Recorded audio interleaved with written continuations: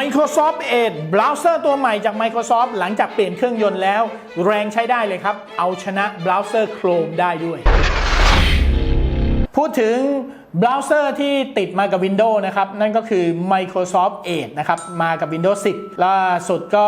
Microsoft ได้ทำการปรับปรุงยกเครื่องใหม่นะครับเปลี่ยน Microsoft Edge ให้เป็นเบราว์เซอร์ที่แบบว่าดูน่าใช้งานมากยิ่งขึ้นหลังจากที่ไม่ค่อยได้ประสบความสำเร็จเท่าไหร่กับเบราว์เซอร์เดิมๆที่ติดมากับ Windows ตั้งแต่สมัย Internet Explorer นะครับ Internet Explorer นี่ได้ชื่อเลยว่าเป็นเบราว์เซอร์ที่มีคนใช้น้อยที่สุดนะฮะแล้วก็เป็นเบราว์เซอร์ที่เอาไว้ใช้แค่ตอนลง Windows เสร็จแล้วก็ใช้ตัวมันนี่แหละไปดาวน์โหลด Chrome หรือ Firefox มาใช้แทน Microsoft ก็รู้สึกอยากจะสร้างความมั่นใจให้กับผู้ใช้นะครับอยากจะให้คนหันมาใช้ Edge มากขึ้นเรื่อยๆเปลี่ยนชื่อจาก Internet Explorer เป็น Microsoft Edge ใน Windows 10 แต่ไส้ในมันก็ยังเป็น Internet Explorer อยู่คนก็ยังไม่นิยมใช้อยู่ดีล่าสุด Microsoft บอกว่ายอมแล้วจ้า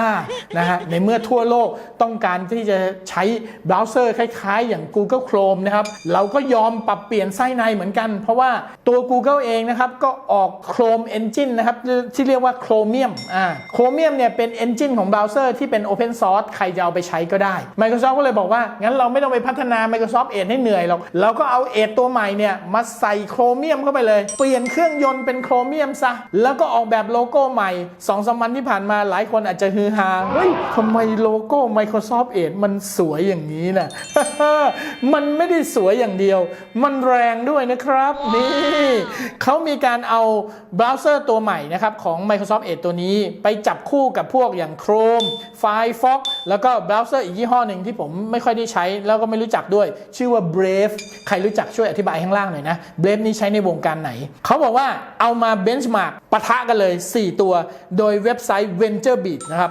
วัดประสิทธิภาพของ4ตัวนี้เลยโดยใช้ Surface Laptop นะครับติดตั้ง Windows 10 Pro ใหม่ล่าสุดแล้วก็ลงเบราว์เซอร์ทั้ง4ตัวเป็นเวอร์ชันล่าสุดจากนั้นรันเบนช์มาร์ก8 ยี่ห้อดังมี Sun Spider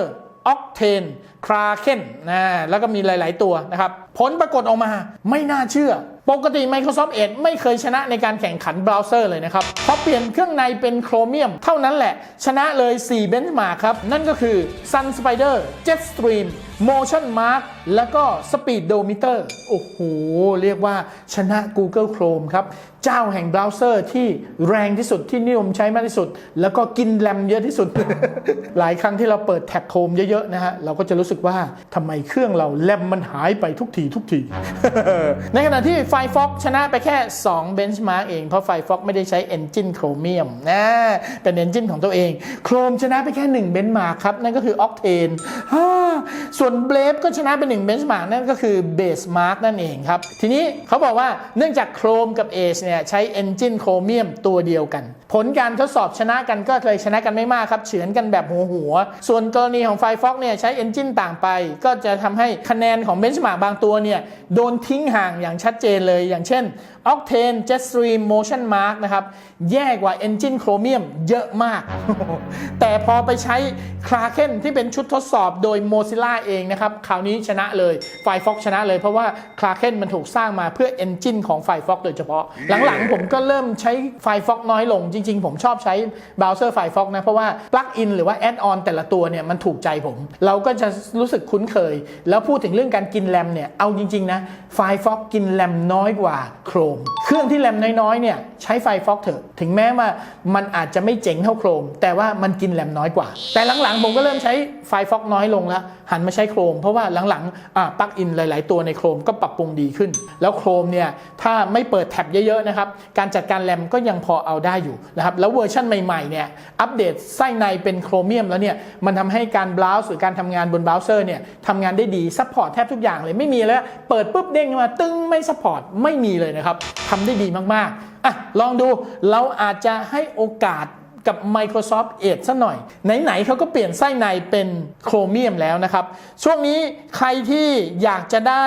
Microsoft Edge ไปใช้โดยที่ไม่ต้องรออัปเกรดนะครับจาก Windows นะครับมันมีช่องทางที่เราสามารถเข้าไปดาวน์โหลดแบบตัวติดตั้งมาติดตั้งได้ก่อนเลยนะครับ มีให้หมดเลยทั้ง Windows 7 Windows 8.1 Windows 10 Mac OS รวมไปถึงเวอร์ชันบนโมบายอย่างพวก iOS Android เนี่ยเดี๋ยวก็มีเวอร์ชันตามมานะครับก็สามารถไปดาวน์โหลดได้เลยนะครับเดี๋ยวผมจะทำลิงก์ไว้ให้ใน description ด้านล่างก็ติดตั้งก่อนได้เลยใครที่ยังใช้พวกเบราว์เซอร์ Internet Explorer เก่าๆอยู่เนี่ยต้องระวังเลยนะครับเพราะว่าตอนนี้เนี่ยช่องโหว่ของ Internet Explorer มีเยอะมากนะครับอย่างล่าสุดเนี่ยช่องโหว่ CVE 2020-0674 เนี่ยอันนี้เนี่ยคือโดนล้วงข้อมูลนะครับแค่กดลิงก์โดนหลอกจากแฮกเกอร์นะครับกดลิงก์ให้เบราว์เซอร์เปิดปุ๊บนะมันสามารถเข้าทางเบราว์เซอร์นั้นแล้วเข้าไปทั้งเครื่องคุณขโมยข้อมูลคุณทั้งเครื่องได้เลยเป็นการแฮกแบบง่ายมากๆแฮกผ่าน Internet Explorer เวอร์ชันเก่าๆเพราะฉะนั้นต้องระวังกันนะครับก็มีข่าวออกมาเตือนแล้วผมก็เลยเอามาเล่ารวมในข่าวนี้ด้วยเลยสนับสนุนโดย Gadget ขั้นเทพโดยเทพ Gadget The Digital STM ศูนย์รวมอุปกรณ์กล้องแบรนด์ชั้นนำ TT Pass บริการ Power Supply สำรองใช้โดย TT Thermal Tech AAS NextG เร็วสุดแรงสุดในเอเชียตะวันออกเฉียงใต้อุปกรณ์เน็ตเวิร์กจาก King IT